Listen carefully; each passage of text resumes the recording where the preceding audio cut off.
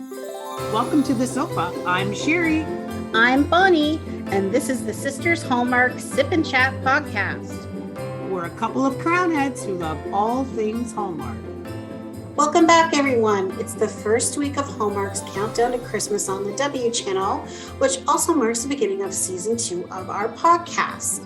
So glad to be back. Thanks to all our fellow Crownheads for following us. We're so glad to be on this journey again with you all. We missed watching the first movie live this week because we were at the Bridgerton experience at Queen's Ball, which was super exciting. We had our own little royal adventure and got to fulfill a lifelong dream of attending a ball. It was so nice with crowns and gowns. It was a lot of fun. Look forward to seeing our photo of us sitting on the sofa. Look for it on our website. We actually have a video of it on our social media. So if you go to our Instagram or our Facebook page, you can watch a little video clip of us and parts of the show so you can get a view of it. And then, yes, a picture of us on a very, very fancy sofa. Okay, let's go to our first ever episode 1 of season 2. All right. Okay. Well, in this episode, we are going to be sipping cider wassail or wassail, however you like to pronounce it. We have no idea. But you can find the recipe on our website, sisterssipandchat.ca. So feel free to pause if you want to make your own at this time so you can have a little sip and chat with us. We're also going to be posting pictures of our own after we've made them and post those to our Facebook and Instagram page. Okay, so let's talk about the movies. So in this episode, we'll be chatting about this 2 weeks movies as shown on the W channel entitled Noel Next Door, and we wish you a merried Christmas. Okay, so movie number 1, Noel Next Door, starring Natalie Hall as Noel and Corey Sever as Jeremy. A hardworking single mom, Noel, falls for Jeremy. He's a customer in her diner who turns out to be the neighborhood Scrooge. Okay, so let's find out how this movie rates on our sofa rating system. But first, a quick explanation for those that may not know. Our custom sofa rating system includes a list of 20 Hallmark tropes broken down into 10 categories and 1 5-point bonus category for a charity or charitable event that will determine how Hallmark is this movie. You can download the list from our website, again, at sisterssipandchat.ca. So this movie earned 13 out of 20 sofas. Categories are town holiday celebrations, location, friends and family, affairs of the heart, and of course, the charitable event, the donations to Santa for gifts for the needy children. You know what? I really enjoyed this show, but one of the things I liked, which is maybe kind of silly, but it was so refreshing to see real snow and icy breath because they were in actual winter weather, which was very cool. They usually are filmed in summer and you can very much tell, but this was kind of nice because there was some real natural snow everywhere. So just off the top of my head, I really enjoyed that. It starts off kind of rocky with this poor single mom whose ex is like really just not very thoughtful over the Christmas holidays. And he's almost cruel since he's getting remarried, not wanting her to have their son because they're more like a family, where she actually mentions that this new woman in his life was his mistress, which honestly, I do not remember them ever saying that in a Hallmark movie before. Like, bringing that up, or at least that word mistress. I just was kind of like surprised about that, though. Maybe they're bringing us back in, into the 21st century here. I do like that they're making more realistic and more inclusive to different types of family dynamics.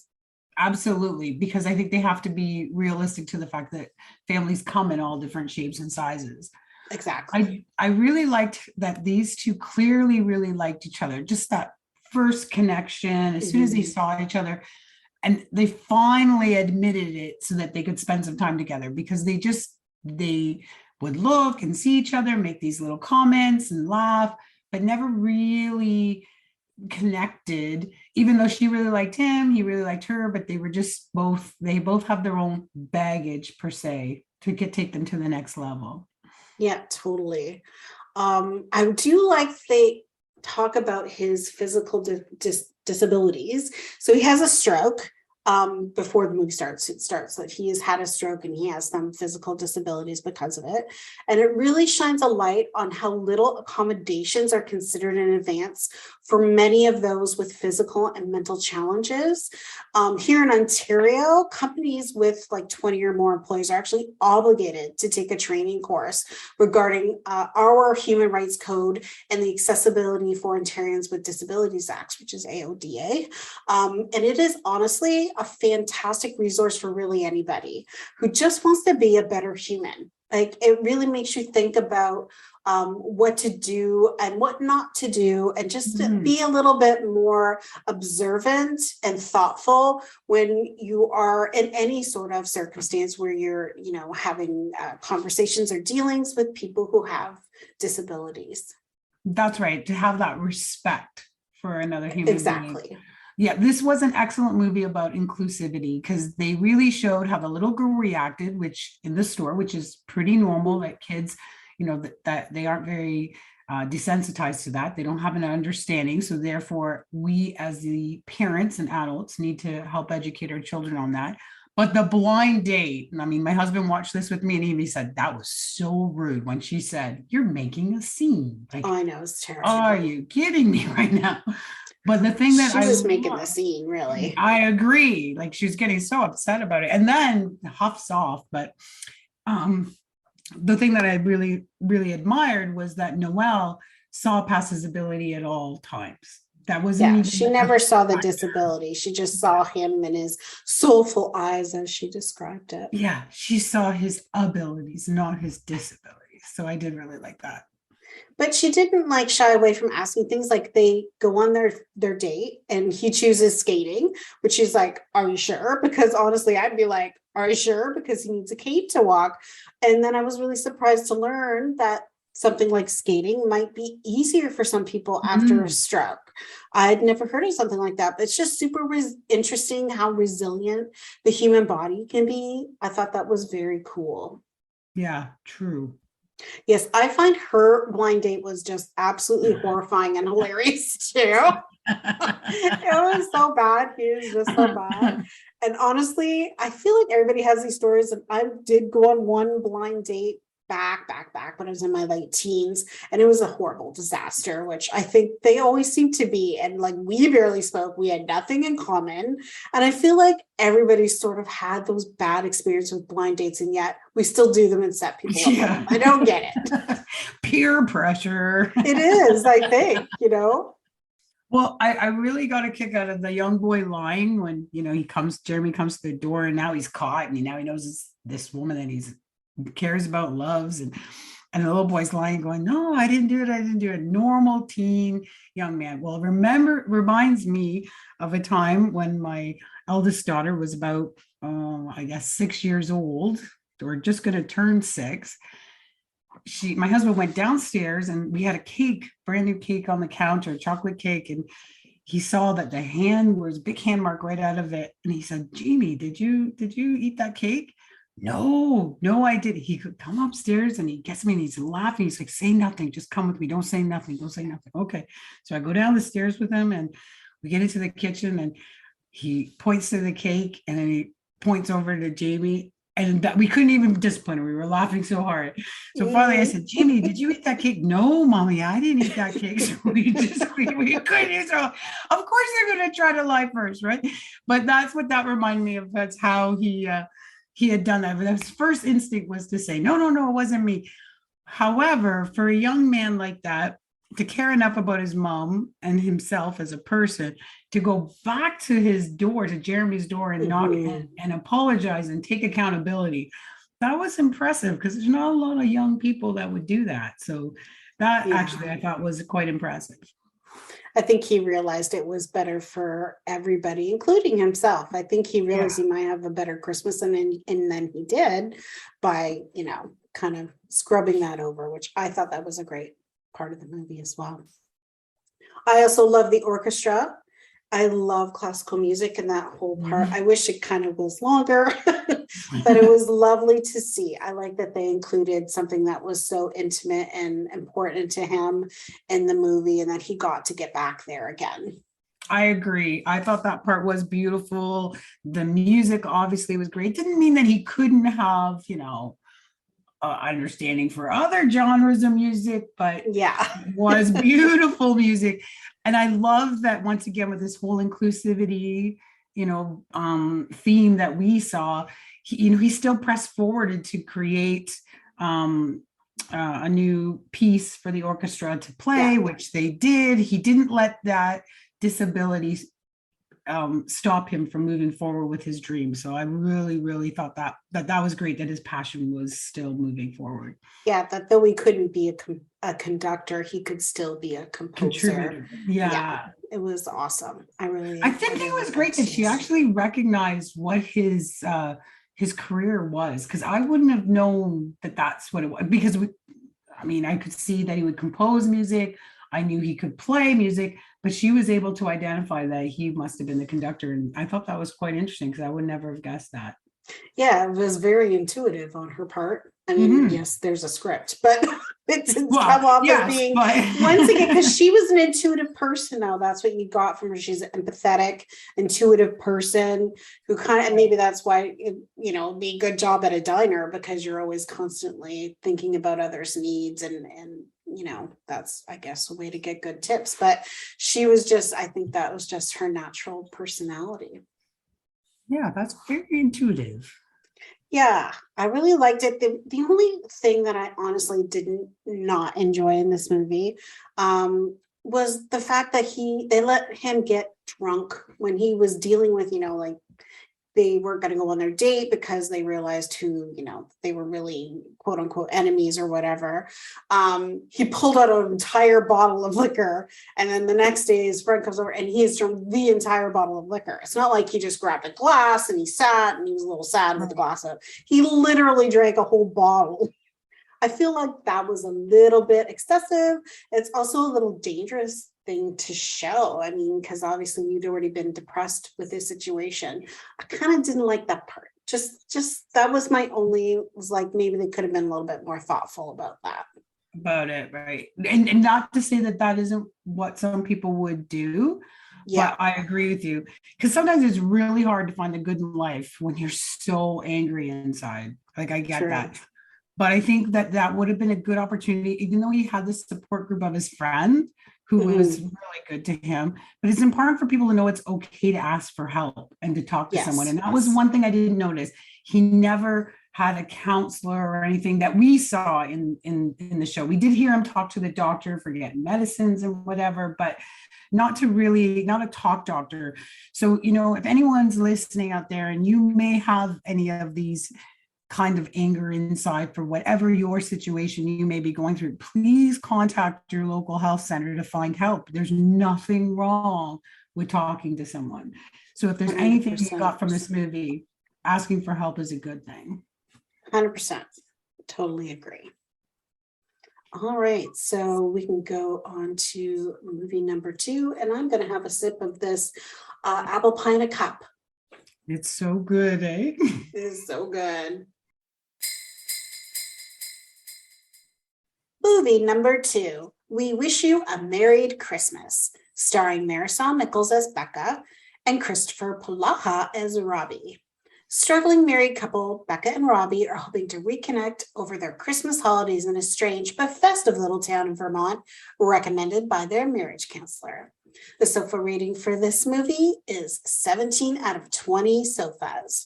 And the breakdown of categories is town holiday celebrations, location, location, location, family and friends, unexpected hiccups, affairs of the heart, Christmas magic, and the charitable event was Pies for Pets. Okay, so my favorite part was the amazing drinks they were made when they were bartending. Okay, the snowman marshmallows. I seriously want to find a drink where I can make those. I had a great appreciation for this after working on our drink of the week. Oh, yes. And knowing just how much fun this drink preparation stuff can be. My husband and I have had a blast collecting the drink supplies and starting this our little adventure with our drink. So, and that was really cool that they did that, and that it was something that they both worked on together. I thought those festive drinks were super cool too. And I 100% loved the snowman on top, but all of them looked really cool and actually doable if you had recipes. So I would totally try any one of those two, like with the chocolate as the ringer, like or the rimmer or whatever the thing's called. That looked We are really so cool. trying that. That was really That looked good. very cool with like sprinkles and stuff. I totally love that. I'm not like a big, I mean, you could do it non-alcoholic. Those look like drinks you could easily make non-alcoholic, or you can make them hard drinks or whatever, but they looked very cool. Same I as really the like drink we that. did today. It could be an Yes. alcoholic drink, but it was meant to be a Yeah. non-alcoholic drink. Yeah. So, and They're it was really nice. non-alcoholic, the ones we made, but there are, if you go to the link on our website, you can actually see there are recommendations of ways to make it, you know, an alcoholic or a hard drink if you'd like to. You can also do that as well. I think you can add like, there's like apple rums and stuff like that you could add to it if you're into that. Though it's very much a beautiful cup of apple pie right now. Yeah. So I'm enjoying while we're chatting here. Okay, so as an extreme dog lover, I was totally impressed with those pet portraits. I Mhm. really, really love that. And I would love to have that for my dogs. And that young lady, her kindness was contagious. And the fact that she had the special treats outside for the pets when they Yes, went by, that was awesome. it was very thoughtful. I really like That that dog too. kindly ate like one, obviously, because it's a trained, TV dog. My dogs would have Mhm. that gone in 2 seconds. Oh, 100%. The whole bowls would have been gone for sure. And I didn't get at first, though, why she didn't want to pay her dog. She left her dog. So it kind of didn't make sense at first. Like maybe just the chick was annoying her or something. But I was like, I totally would do that for my two cats. They would probably not sit for it properly because they're bad, but you could do it from a picture, which is great. So take a nice picture. I know, I wish I could get that done too. I'm glad that she finally got it done after the parade. And it was a perfect gift to give her husband to kind of get them reconnected. And Jerry, the little dog Jerry, and all the other dogs in the float. Oh my gosh, they were so adorable. And it was hilarious that they only had one float train for the entire parade. It was like a longer one, but then I was like, that. Dog, I know. It was a great float, but it was just like one and done. I am a super parade fan. And let me tell you, this was the shortest parade ever. It was very cute with the pets on the floats, but like standing out in the cold, waiting in anticipation for that, wow. You have to be the fact that they had kind of like, are you kidding me attitude? That was like normal because that was the attitude anyone would have. The fact that there was a whole big buildup to this parade. And everybody goes, everybody's there. Go. And it's one thing. And there only two pets? Because then we showed two. There had to be more pets. Like, why didn't they put more pets on the thing? At least if they're only having one. It didn't look like there's any more than two dogs. Anyways, it was totally cute and I loved it too. I really thought everything in this little town and the inn was super pretty. The inn was just beautiful. I loved it. And the ornament is like a character in this movie of its own. The miracle or magic ornament that keeps smashing into people's windshields, which my husband would lose his over, and I know yours would too, but I love the ornament. It's super pretty. And I've always wanted to go away at least at Christmas time to some kind of charming place or whatever. So I love the idea of going there, especially the fact they were having such trouble. It was a good time of the year to get away where everything is always so jolly and festive and you're expected to have good cheer. I think it was a perfect place for them to go during their struggles. Well, and really the best marriages have a hard time going through construction. We just went through construction, and you're going through construction still at your house renovation. It's tough.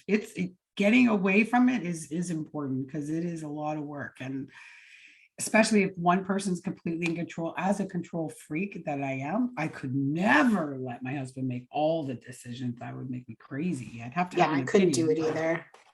I mean, teach their own, right? They had to do what they had to do. But I agree, the events were amazing in the town. And they were so unique to this Little Strange. town that they had. Okay, but as you kind of mentioned before in the first movie, where it was great with the snow and the cold breath. Okay, this snow was super fake. Yes, it looks very fake. Yeah, it did. My husband and I always check to see what a good job they do with that when they're taping. Like sometimes you can tell that it's definitely fake, or it's not as much snow as they needed, so they've added. But this one was like they did not do a great job with the snow, especially for a Vermont where it's supposed to be, Ultra layers snow. of snow, right? It should be tons of snow. It didn't take away from the movie, but as big fans, it's one of those things that you really notice when they're stepping and they have their luggage and it's like not making a line because it's fluff. Yes, yeah. It's just like that's it's true. just like funny. Felt on the floor. That is true. That's a good point. I didn't notice that, but that is so funny. I did love that they had alpacas. They're so cute. Oh my gosh, I love them. They did their little TikTok videos with them hopping around and being so cheeky. They were doing the little cameos. You could do cameos with these alpacas because they're like clearly famous alpacas. I love it. I love it. I also love the costumes for caroling. I think that was totally cute. If you're gonna do it, you might as well dress up for it. Like we just did the whole Bridgerton dress up thing. Yeah. Not afraid of a costume here. Not afraid at all. And I think the more you immerse yourself in it, the more you get to enjoy it, right? Agreed. So, I think it was good. That alpaca thing, I honestly, I wouldn't even think of that. But it was awesome, and sending it to the parents. I don't know if they ended up actually getting it or not. She did eventually send it to. She messed it up or something. But it was funny. Yeah. And speaking of that, sending it to the mom. Of course, mom knows best. Who do they think they were fooling? That her mom wasn't going to know something was wrong? Moms are going to know. I can't imagine anyone didn't know by looking at them. Like they sat 1,000 miles apart. They weren't very close. And I don't know, I'm sure that was part of it, was to make them seem separate. But I found it just really difficult because she was so closed off and he was trying to be I guess flirty or whatever. I just didn't find a lot of chemistry, especially at the beginning. And that made it a little bit difficult for me to kind of get into the, because you're almost like, well, maybe they shouldn't be together. They clearly don't even like to sit near each other. But over the course of the movie, them having fun and everything, and made it a little bit better. And like you said, renovations, it can be tough. I think for everybody, that's a huge change. I just found it really sad, with their attitudes about it. He can just do it. Even though she was saying he could just do it, he should have pulled her more into it because they're building this kitchen. He's saying in the end, he wants to do something for her, but they're not even going to enjoy it together because they're looking at splitting up. So that won't be the point of the whole thing. If you're building it for each other, like you're building a relationship, then you need to include each other. Relationships, really, especially long-term relationships, they take a lot of work to keep going, right? You can't be happy all the time, but it does certainly, I think it helps when you spend more of your non-working time, or when you don't have obligations, you spend them with your significant other, and you have to make that dedicated special time, which I think is the whole point of this town. It's not just Christmas time and you're making these dedicated special things to do with each other as a couple, and doing that kind of being pushed into doing these fun little things together reminded them of all their trips around the world and the reasons why they like to travel, et cetera, et cetera. I think that was really cute, and I did enjoy the movie, but it was a little tough for me in the beginning, but in the end, I think it really redeemed itself. Yeah, I really did enjoy it because I do like these actors very much, but it was a really good reminder for those of us married or in any kind of committed relationship that you have to be present in your relationship. Exactly. You can have a relationship and be sharing a dwelling, but you need to be present in the relationship. So you can't be working harder on your house than on your relationship. That's 100%. Basically what it is. But it was a great movie, and I'm glad we got to see it. It was a good kickoff for the first week of Christmas. I'm super excited because this weekend will be the Halloween festivities for the kids. And then it's time to start decorating. Oh yeah, tree is coming So, up. Yeah, I'm excited. trying to talk my husband to not doing it before Halloween, but we'll see. It's coming around. The pink tree will be going up, people. The pink tree will be going up, and we'll take some pictures of our Christmas decorations. We'll share those with you on social media. Feel free to comment, like, and share some of your own if you'd like in the comments. We'd love to hear from you. Wonderful. Let's talk about that lovely drink for today. Now, how do we say that name? I forget how to say it. Cider, wassail, wassail. We don't care. We don't whatever. know. It's good. It a sweet apple pie. Because while that it was is very cooking, sweet. oh, I just took another taste just to remind myself it is very sweet. I suppose you could adjust it. Maybe I put too much of the brown sugar. I don't know. But it was very good. And it was so not good. difficult to make this one. Super easy No. list of ingredients. It's just one pot. You bring it to a boil and then you just let it simmer for 20, 30 minutes. Okay, I wasn't going to perfect. lie. When we started this, we were going to try these drinks and we're going to make these things. Never did I think I actually had to do any cooking. Yeah, well, yeah. Prep for a drink. So that was interesting to me that you had to actually cook it. So it was no wonder it smelled like apple pie and tasted like apple pie. Yeah. However, as a family here, we all partook to have a drink and taste this because it was just morphing through the house, that smell. Yeah. So everyone tasted it. Everyone loved it. But right now that we have one coming up in the next few weeks that everyone's really excited about. So they keep saying, can we get to that week? I want to have that one. Patience, people. We'll get there. Yeah, we need patience. We need time to get to it. But this one was, this was a really good drink to start this off. Again, it was a non-alcoholic drink. I'm pretty sure next week we have a alcoholic choice, which again, as Bonnie mentioned, you can always have them as a alcoholic or non-alcoholic drink. Yeah, that's your choice. A mocktail or a cocktail. Yes, exactly. But I am looking forward to that, and I'm looking forward to taking pictures of seeing how close I can get to the original photo of the experts who have created these. So I guess until next week. Until next week. This episode was brought to you by Hamish Community Services, opening doors by taking the dis out of disabilities. You can find out more information at hamish.ca. Well, fellow Crownheads, we've come to the end of today's chat. You can find all our episodes on your favorite podcast network. And on our website, sistersipandchat.ca. Subscribe and never miss a chat session. Thanks for listening. Join us next time. And we'll save you a seat on the sofa.